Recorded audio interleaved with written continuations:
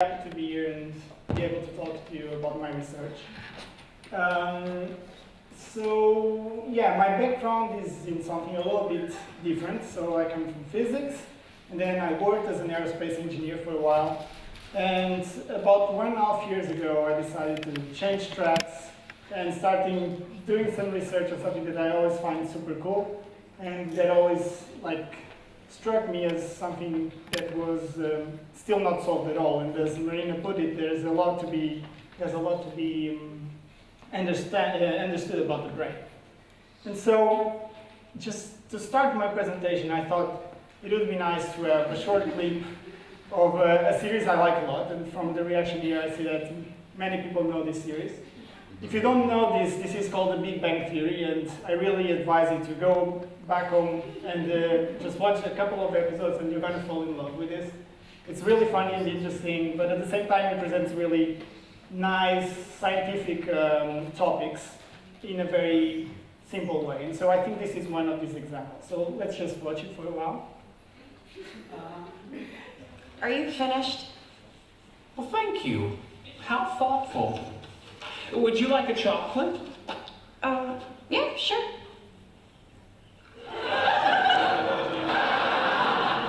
Oh, am I talking too much? I'm sorry. Zip. Thank you. Chocolate? Yes, please.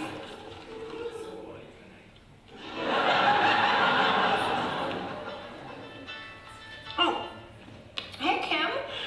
Yeah, you know what? Hold on. Let me take this in the hall.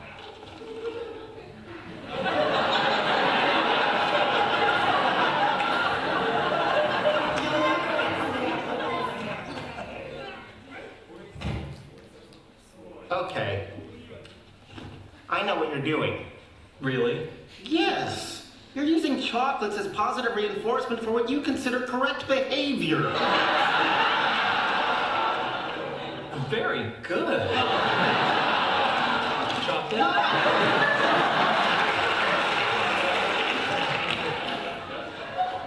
Sheldon, you can't train my girlfriend like a lab rat.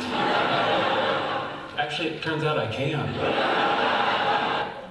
So Sheldon is right, and as it often happens. And it turns out that you can train people like this. And in fact, this is one of the natural ways that you have to learn new things. So you have a certain behavior, you have a positive reinforcement of this behavior, and so you think, okay, this is good, so you will want to do it again. And so this type of learning has actually been studied for quite some time, and or it's been known for quite some time, and it has been proposed in the 30s, and it's known as operant learning or operant conditioning.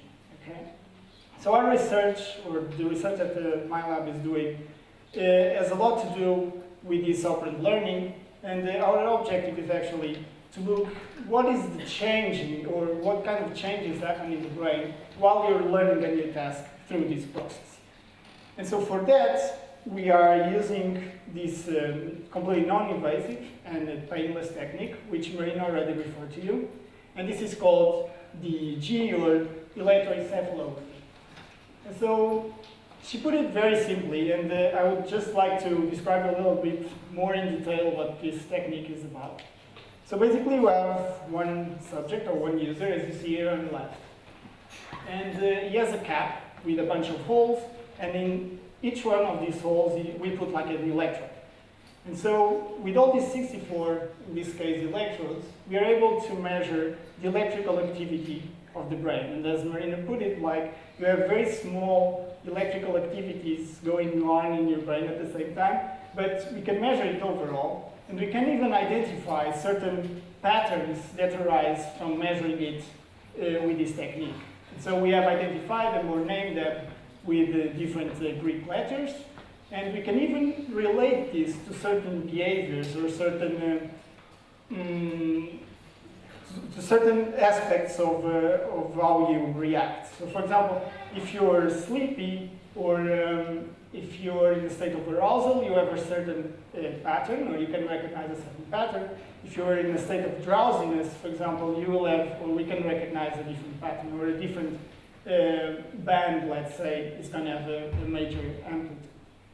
So we use these things, and then we try to record this activity in real time, and we try to send it, or we analyze it, and we send it to a machine or an external device in order to try to control it. And so we are building here something that we call the brain-machine interface. So we have our brain, or one subject, coming to our experiment. We record this electrical activity, we process it, and then from this analysis, we just send it or transmit it to an external device, and it can be whatever you want. Like, for example, in this case, I'm showing a monitor, so there's a game and a ball, and I will tell you a little bit more about this later. But it can be a robotic arm, or it can even be a plane, and I will also give you a little bit of these examples. But so what is common to all this, and to a brain-machine interface, is that you then have this arrow back, which we call the feedback, okay? So basically, we are able to see, or the person that is being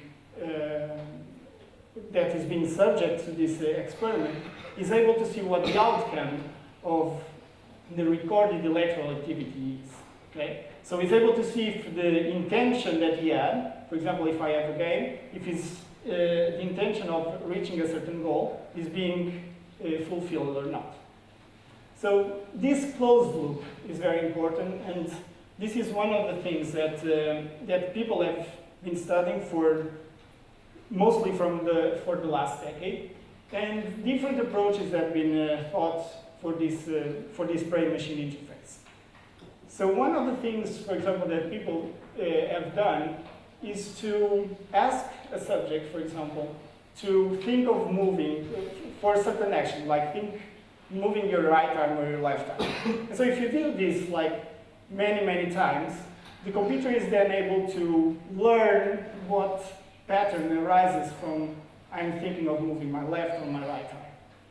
And so afterwards, I can ask you again, okay, so if you think of moving your right arm or your left arm, this is going to correspond to a certain action. And so every time I think of this, the computer is going to recognize that I'm thinking about this, and is going to do this, it's going to transmit this to the external device and make it an action. But when you think about this problem, we can realize that something else comes to mind, right? So one thing that we know for sure is that we, or our brain, can adapt to new situations and can learn new things. And these things can range from very simple tasks to very complex ones. For example, we can learn how to play football very nicely, and I'm from Portugal, so we like to think that we know how to do that. Then we can sing very well, or we can even learn how to do a very complex mathematical problem, right? So we know that we are able to learn these things. And we know that to learn these things, our brain is adapting to a new situation. So why should we do what, like most of the people are doing, which is rely on a computer to learn a certain pattern that we already have, instead of letting our brain do what it does best, which is to learn, right? So this is what we thought, and we established a set of rules that converted our natural neural activity to a certain behavior of the external device. And so, by maintaining it fixed, we knew that if something was changing, for example, if I was playing a game, we knew that if I increase my performance, the change has to be in the brain. And so this means that we are learning how to do these things. So basically that's what we said. As long as then we give time for the brain to adapt, and we give a certain reinforcement for the brain to learn this new task, then we can hope, or when we set this problem, we hoped that the brain was able to learn. So pretty much like what Sheldon did with the chocolate, right? He was giving the chocolate, just reinforcing a certain behavior. And this is what we want to do.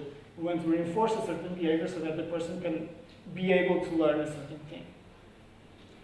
And so we decided to have this approach for two main reasons. And the first one was because we were looking for a basic research question, and this is what my PhD is mostly about. So we wanted to understand if we fix this set of rules, and if we know that the subject is able to learn this set of rules, then what can we also measure with this EEG technique? What can we also measure from the rest of the brain? So in other words, what we want to ask is, can we assess any of these learning dynamics, how this learning is happening in the brain? And then, if we know that we're increasing the performance by playing this game, for example, then we can also apply it to other things. And so we can control external devices, and I will also give you a little bit a flavor of this later on. So here is what we came up with for our experimental design. So basically, we have a subject that has a cap on his head, and we are measuring his electrical activity.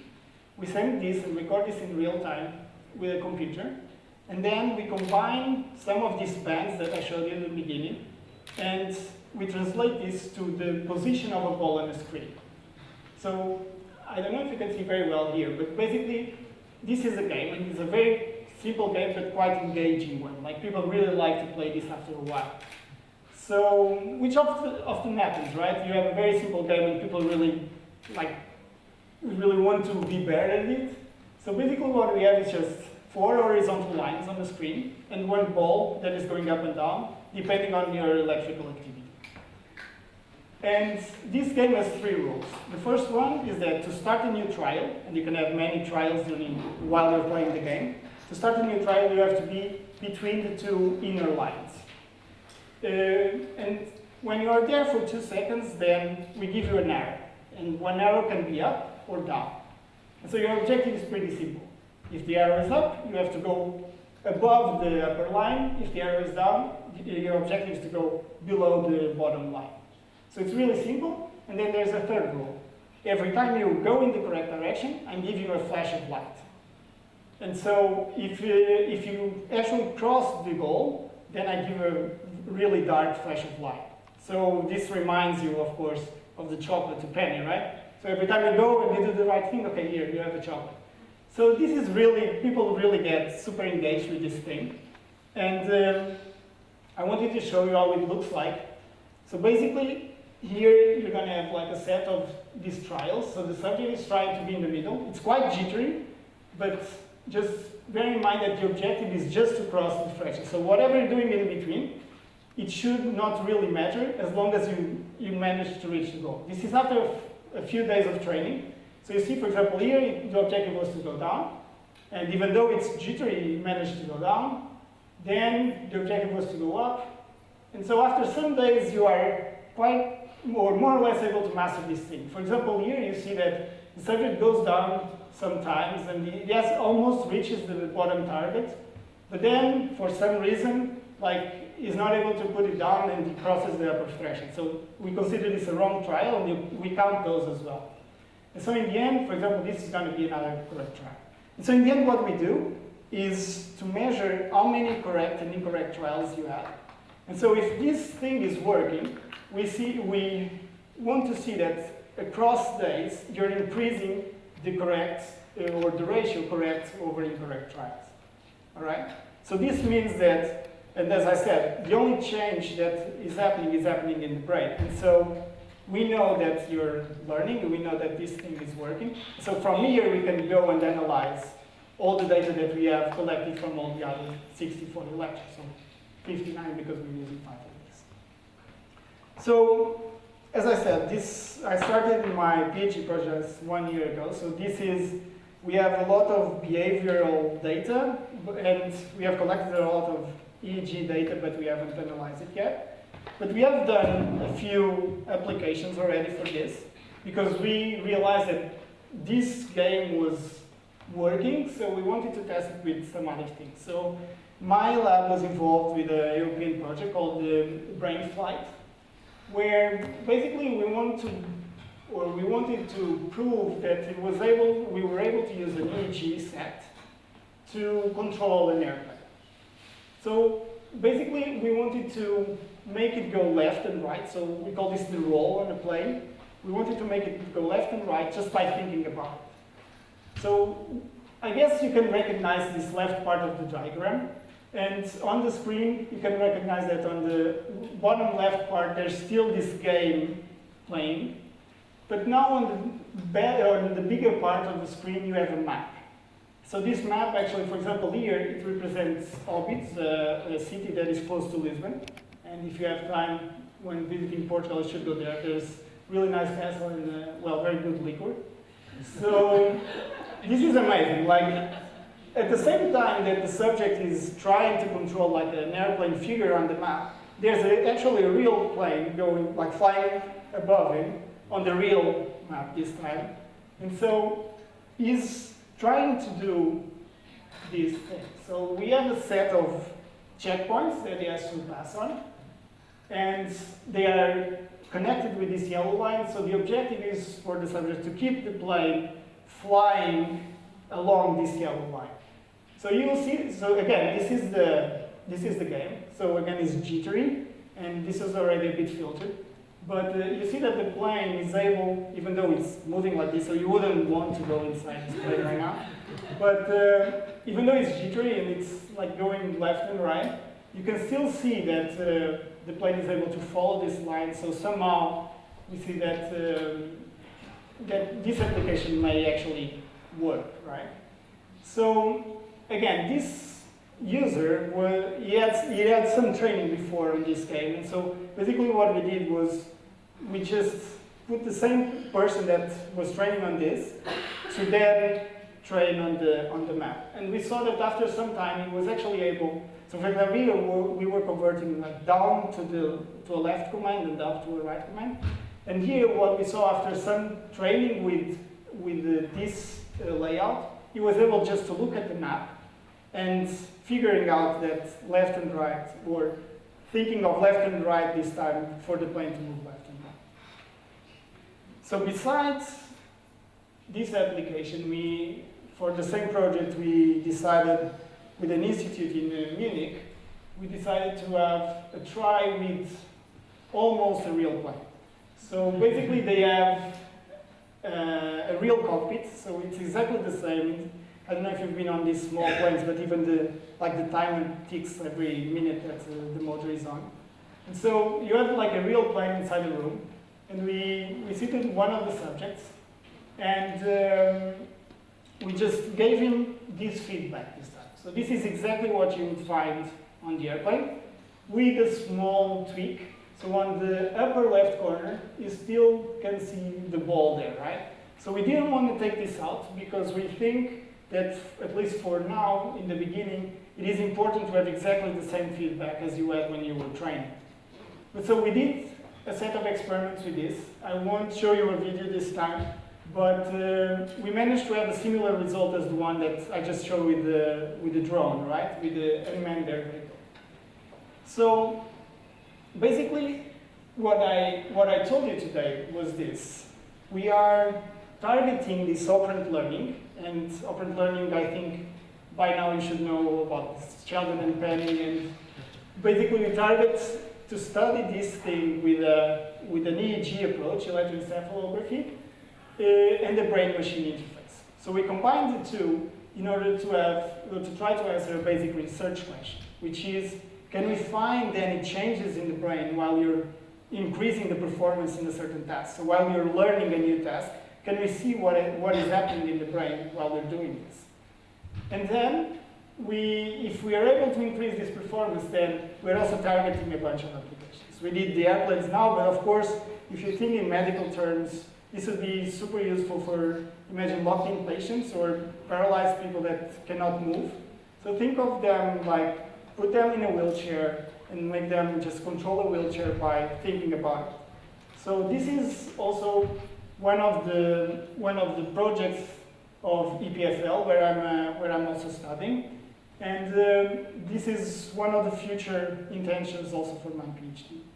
So I would like just to recognize that these guys were super important for the things that I'm doing. So this is my lab in Lisbon, and this guy with his thumb out is my PI, and then all the other guys that helped us with the project. Thanks a lot. I wanted to ask, when do you expect commercial application of this technology? When can we expect a TV that can actually show us Big Bang Theory, if you just think about it?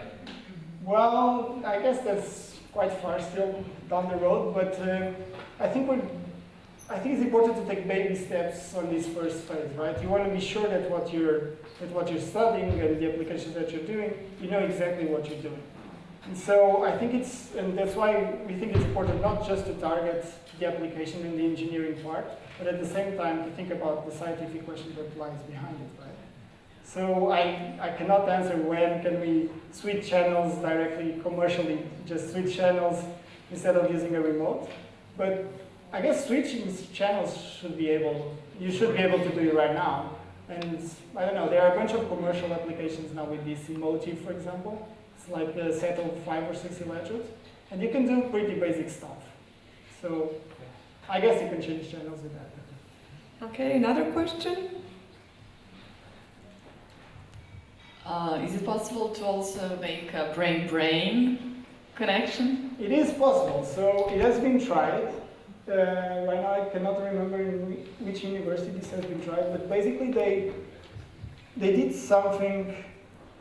So they had 2 subjects, let's call them, in 2 opposite ends of the university. And one guy, so they were playing the same game, let's say. And so it was like, you know, this game that you have to shoot at a duck or a dish. So basically one guy was thinking of shooting and they wanted the other guy to do it. But they did, so they recorded they recorded the electrical activity from one of the guys. And they used something called the TMS on another guy. So it's basically something, it generates a magnetic field and it made him just click. Like the only thing it does is it makes you move, like twitch your muscle for the finger. And so he was the one. It's a reflex, not as idea what he has to do. Yeah, exactly. So basically they were controlling, let's say, a muscle. And what they did, it just clicked the button and they managed to shoot the dish. Or the duck, I don't know what it is. Okay, another question? I don't need a microphone, thank you. Oh, okay. So basically you were saying that maybe sometimes we'll be flying the airplane with our head, just with that boat? Yes, that would be good. I mean, I think that's still very, you have to see that this is a I'm research. talking about future, okay? I would hope so. Okay, so do you think that we can maybe sometime be in total control of our thoughts as we are human beings and we cannot do that? So these are 2 very different questions. I guess what I'm showing it now is something that can relate with motor control, right? To be in complete control of our thought, it's a little bit different. And people are trying to use this technique also. For example, I know there's a group, I think in Japan, that has targeted or that has tried to use techniques similar to this one, mostly with fMRI, with a brain-machine interface with fMRI, to try to make people with autism, so autistic people, they can recognize, researchers can recognize in autistic people a certain part of their brain that is different from the rest of the people that are not autistic. And so what they tried to do was to see if these people were able to change the activity of this part of the brain just by having a similar game like this. So for example, you just make this part of the brain control your game, and if you want the ball to go up, and your objective is the ball to go up, then you have to increase the activity of this part.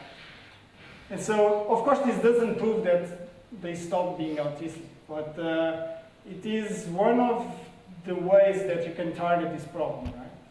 So I cannot say that we're going to be in complete control of our mind, but we are certainly going into trying to correct these anomalies that we have in your brain, and I think this is a good way to do it. Yeah, but if we don't control your mind, you can never fly a plane, for example. Well, you can for sure go left and right. It's not like this, I'm talking about the future. I'm talking about the future applications of this. Like in 50, 100 years, okay? No, I mean, I can tell you, so our objective is to go on a real plane in a couple of years. So behind this, like, we are just going left and right. Besides this, everything is taken by, let's say, the autopilot, right? So on a plane, you have a lot of variables. You have, at least, for example, you have another 2 degrees of freedom. You have the pitch and you have the yaw. And this is always controlled by the autopilot. So imagine you just go to 10,000 meters and all you do is like going in circles. So all you want to prove is that I can turn the plane left and then, or do a 8. I can turn the plane left and then I can turn the plane left and right. So this, I think, should be possible in not many years' time. Okay, good luck with that. Hopefully during my PhD. Okay, thank you very much. Now we will have a short break of 15 or 20